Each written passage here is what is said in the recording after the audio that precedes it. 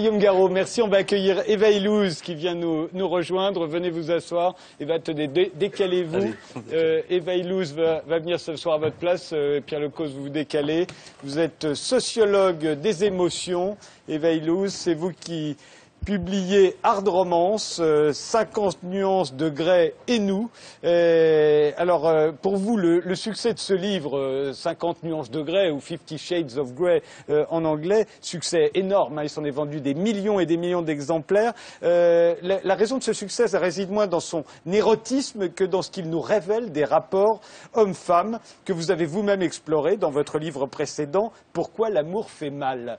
Alors, pour le lire, on peut le lire, ce 50 nuances de Grey, d'après vous, comme pour s'aider soi-même. C'est-à-dire que ça consiste à transformer cette douleur psychique que nous cause l'amour aujourd'hui en un jeu sexuel. Alors, de quelle douleur psychique parlez-vous? Pourquoi est-ce que l'amour fait mal aujourd'hui?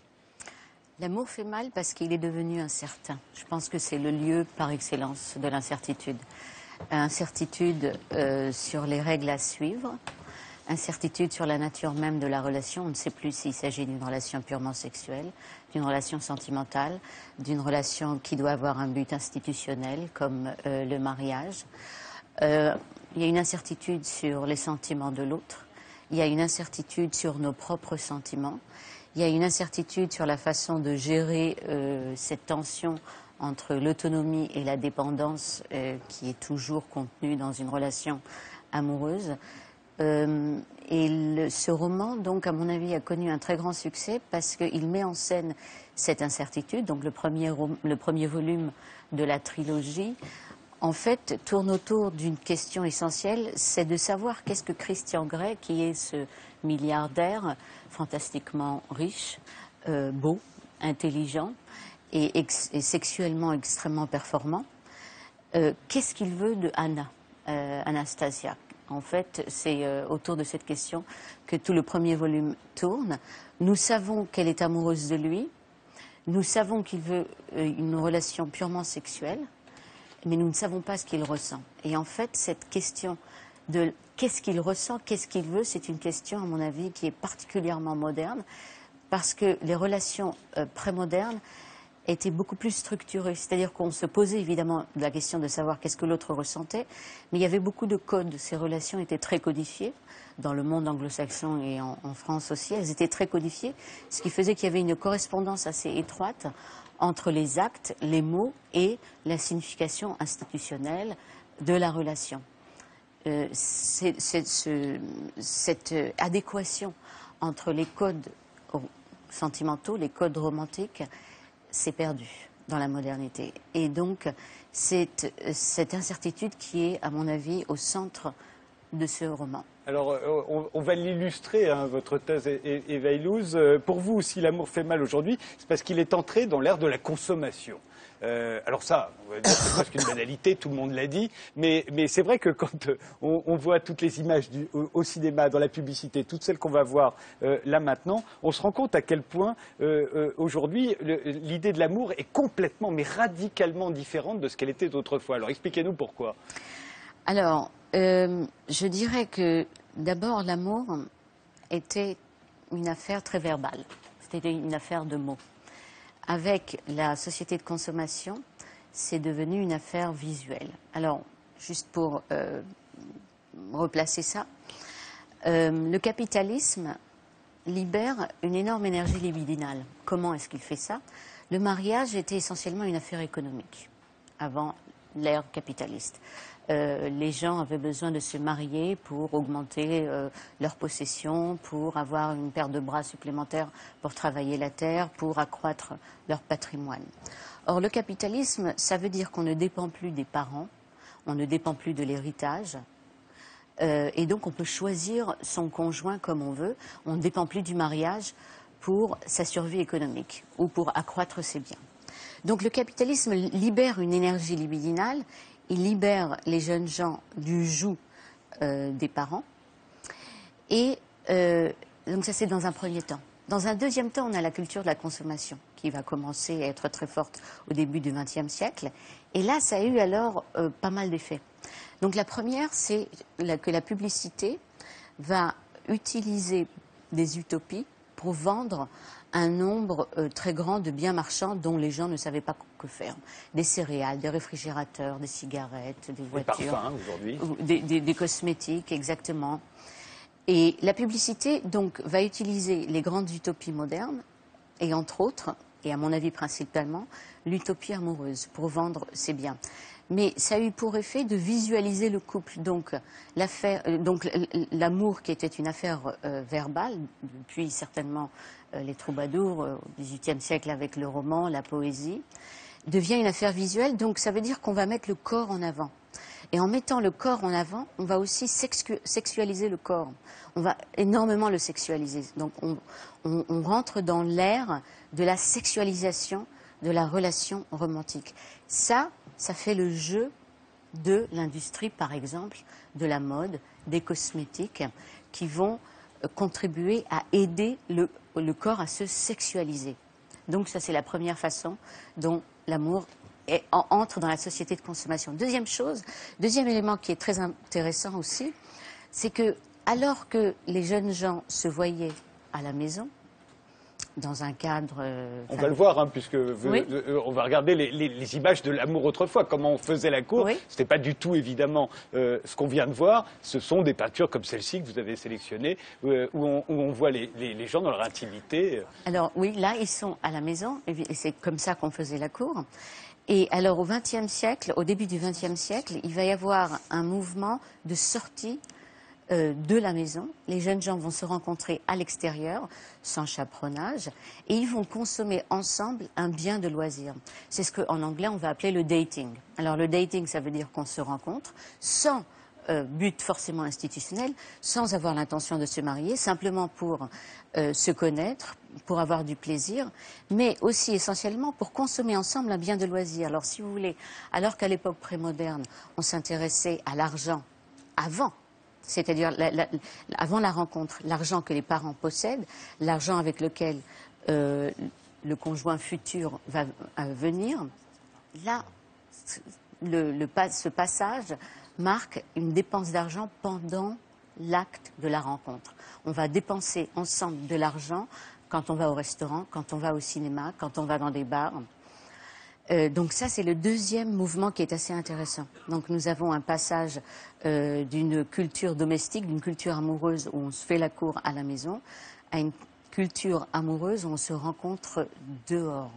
Mais alors, pour expliquer pourquoi est-ce qu'il y a cette souffrance, pourquoi l'amour fait mal aujourd'hui et pourquoi 50 nuances degrés, à votre avis, est un livre qui nous aide à mieux le supporter. L'amour a toujours fait mal. Si vous oui, lisez, c'est ce qu'elle dit aussi. Si vous lisez les poèmes des Arabes du 8e siècle, c'est la souffrance de l'amour, parce qu'on est prisonnier d'une vision d'une femme qu'on ne connaît à peine. Et on aime l'amour précisément parce que c'est une passion qu'on ne peut pas contrôler. Et la différence, il me semble, cette explication plus simplement économique ne me convient pas.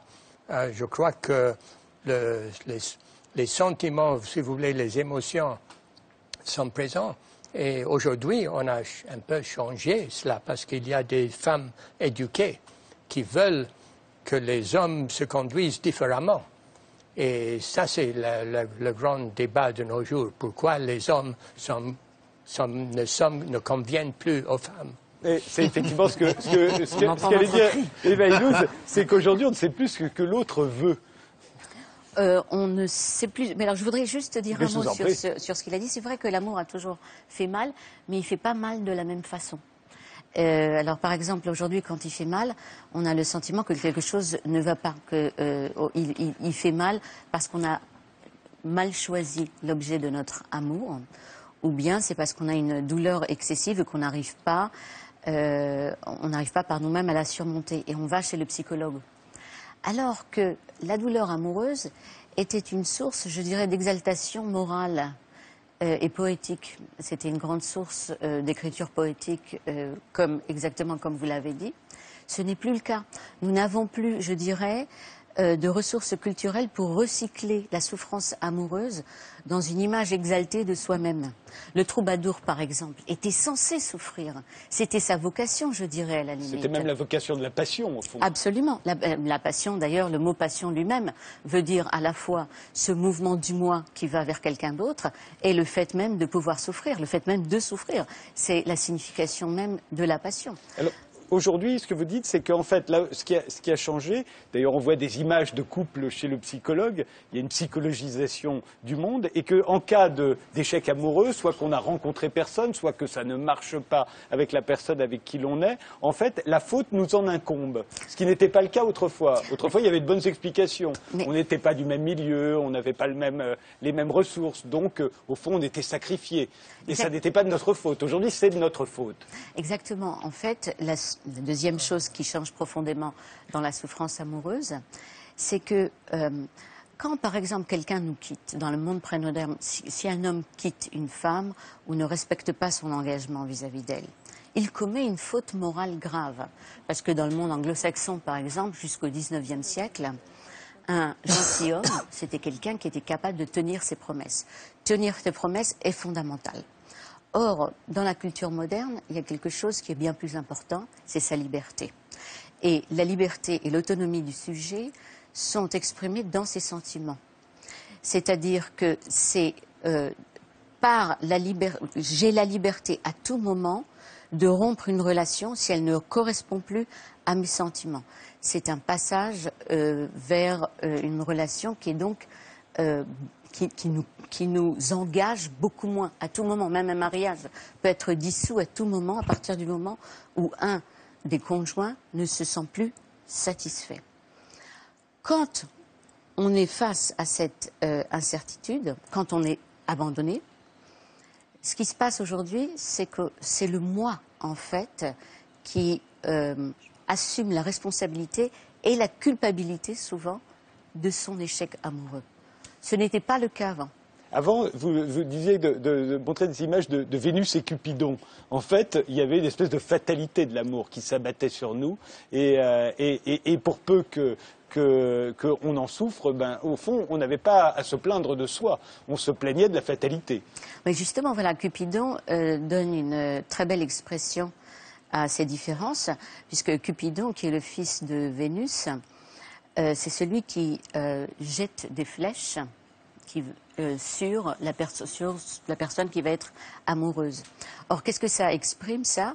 Ça exprime le fait qu'on avait le sentiment que l'amour nous gouvernait. En fait, il n'y avait pas du tout de conception volontariste de l'amour. L'amour, c'était l'amour lui-même. L'amour était une sorte de force indépendante des individus. Et il nous faisait souffrir. D'ailleurs, Cupidon est souvent représenté comme étant aveugle. Il nous fait souffrir et il nous fait choisir les mauvaises personnes, très souvent. On voit très bien ce thème, par exemple, dans Shakespeare, Songe d'une nuit d'été, où Titania tombe amoureuse d'un âne. Donc ce thème, mais ce que ce thème veut dire, c'est que nous ne sommes pas responsables, finalement, de notre amour et de notre passion. Or, la culture psychologique change tout ça profondément. Elle rationalise la passion amoureuse, elle nous enjoint de la comprendre et surtout, elle nous enjoint de lutter contre le mauvais choix amoureux et contre la souffrance amoureuse. Vous nous demandiez de montrer des images de sites de rencontres. Oui, je vous donnerai la parole, Sophie Vanish. Des images de sites de rencontres, justement, qui illustrent ce choix. Aujourd'hui, on a le choix, ce qui n'était pas le cas autrefois. Autrefois, on se mariait dans son village, dans son milieu, avec ses voisins. Ce que vous n'avez pas suffisamment montré, c'est que l'amour était une rébellion. C'est-à-dire, on dit, je n'obéis pas à mon père, je n'accepte pas de me marier avec quelqu'un de riche, je fais ce que je veux. Et ça, c'est ce que les femmes ont essayé d'établir. Je crois qu'aujourd'hui, on pousse à un degré plus fort. Et on dit, je demande pas seulement que vous m'aimez aujourd'hui, mais aussi que chaque jour, j'ai une bonne raison pour vous aimer. Et votre conduite, chaque jour, doit me rassurer que je vous intéresse et moi, je m'intéresse à vous. Donc, c'est quelque chose qui change tous les jours. Et c'est une bonne chose. Alors vous dites c'est une bonne chose, mais c'est une chose inquiétante, parce que l'anticipation de la désillusion amoureuse, dont parle Theodore Zetkin, aujourd'hui c'est permanent. Je vais quand même reprendre cette idée du choix. Alors c'est vrai que l'amour au XIXe siècle, au XVIIIe siècle par exemple, exprime cette idée de l'autonomie du sujet, de la liberté. Mais il s'agit quand même d'un monde encore très régulé. C'est-à-dire qu'on va quand même choisir, grosso modo, quelqu'un de sa classe sociale, surtout quelqu'un de sa religion, quelqu'un de son voisinage, quelqu'un de sa race. On va choisir aussi en général quelqu'un d'un sexe différent. Or aujourd'hui, toutes ces barrières ont été levées. L'amour a été, si vous voulez, et d'ailleurs c'est très bien, dérégulé. Je dirais qu'il a été dérégulé. Ce qu'on voit sur les sites de rencontres. Exactement, exactement. Donc nous sommes face à un choix qui est beaucoup plus grand, d'autant que la libération de la sexualité, la liberté sexuelle, maintenant nous donne aussi un très grand choix sexuel. Or ce qui se passe, c'est que cette image de l'amour qui est accompagnée l'image de l'autonomie et l'autonomisation du sujet au XVIIIe et au XIXe siècle et une grande partie du XXe siècle, aujourd'hui, à mon avis, empêche le sujet de se réaliser. Puisque face à un choix qui est beaucoup trop grand, les sujets, les hommes surtout, ne savent plus que choisir. Nous savons de beaucoup d'expériences en psychologie cognitive qu'un grand choix, qui est le cas des sites de rencontres, un choix qui nous force à particulariser à l'extrême nos goûts, à les spécifier à l'extrême, ne contribue pas du tout à nous faire mieux choisir ou simplement même choisir. Ce qui se passe très souvent quand on a beaucoup de choix, c'est qu'on devient ambivalent, on a peur de rater une meilleure occasion et donc on devient paralysé.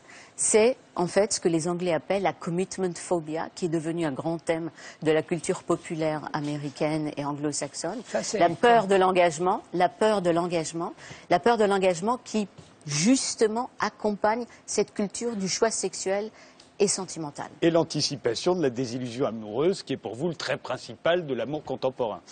Alors la désillusion amoureuse, je dirais qu'il y a deux choses dans la culture contemporaine. Il y a deux choses. D'une part, une culture utopique de l'amour, où on continue obscurément de croire et d'espérer qu'on va quand même rencontrer celle ou celui qui va reconnaître notre singularité, qui va nous donner le sentiment de bonheur.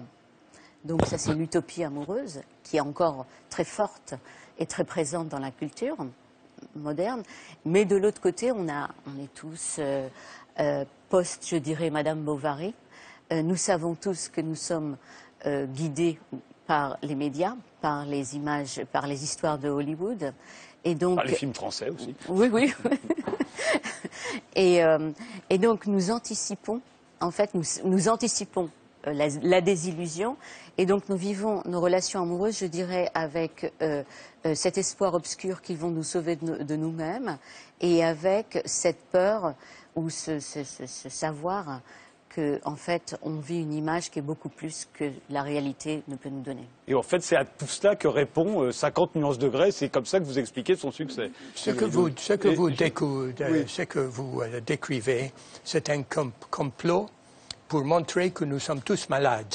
Et donc, nous avons besoin des gens qui nous aident à être amoureux.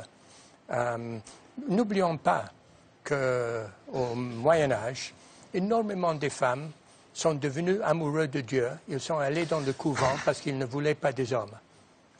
Et c'était un amour aussi d'une vision de ce qu'elle aimait vraiment, de la perfection qu'on ne trouvait pas chez les êtres réels du monde. Et maintenant, vous savez que dans plusieurs pays de l'Occident, en Allemagne, par exemple, 30% des femmes ne sont pas mariées, ne veulent pas de ce que les hommes peuvent leur offrir. Et ça, c'est quelque chose de positif. C'est positif ? Que les femmes ne veulent pas se marier ? Parce que les hommes n'ont pas encore appris comment se conduire. Je serais un peu moins catégorique que M. Zeldin. Je crois qu'il y a une profonde asymétrie aujourd'hui entre les hommes et les femmes. Cette asymétrie, en tout cas sur le plan de la passion, n'a pas toujours existé. Au contraire. C'était les femmes qui se faisaient prier au XIXe siècle. C'était les femmes qui étaient incertaines. Elles ne savaient pas, c'était l'homme qui devait prouver sa passion. Il était, lui, dans la position où il devait se prouver à la femme. Or, de façon assez étrange, ces rôles ont été renversés. C'est aujourd'hui la femme qui est, je pense, dans une situation inférieure, en tout cas sur le plan émotionnel, par rapport à l'homme. Elle est dans une situation inférieure parce que l'homme a plus de choix que la femme. Pourquoi il a plus de choix? Ben non, mais la femme a plus de choix. Sur les sites, attendez, laissez-moi finir. Laissez-moi finir, s'il vous plaît. Je ne comprends pas ce genre de choix. Laissez-moi finir, s'il vous plaît. L'homme a plus de choix seulement dans le cas où, et pour le groupe de femmes qui qui croient encore au projet institutionnel de la famille et des enfants. Ce sont les femmes aujourd'hui qui sont responsables de vouloir des enfants, de vouloir le mariage, mais pas toujours, évidemment, pas toujours. Je ne parle que de ce groupe, je ne parle que d'un groupe particulier de femmes et d'hommes. Je dis que les femmes qui choisissent le projet familial et domestique sont désavantagées sur le marché du mariage, si c'est un marché, parce que d'abord les échantillons sont beaucoup plus larges pour les hommes, parce que les hommes peuvent choisir des femmes, ils peuvent descendre jusqu'à 15 ans. Ils peuvent choisir des femmes qui sont beaucoup plus jeunes. Donc ça veut dire simplement que les échantillons de choix sont beaucoup plus grands. La deuxième raison pour laquelle les hommes ont plus de choix, c'est que les hommes continuent de contrôler la sphère économique. Or, nous savons que dans une relation amoureuse, la personne qui a le plus de pouvoir économique, c'est aussi celle qui contrôle la relation amoureuse.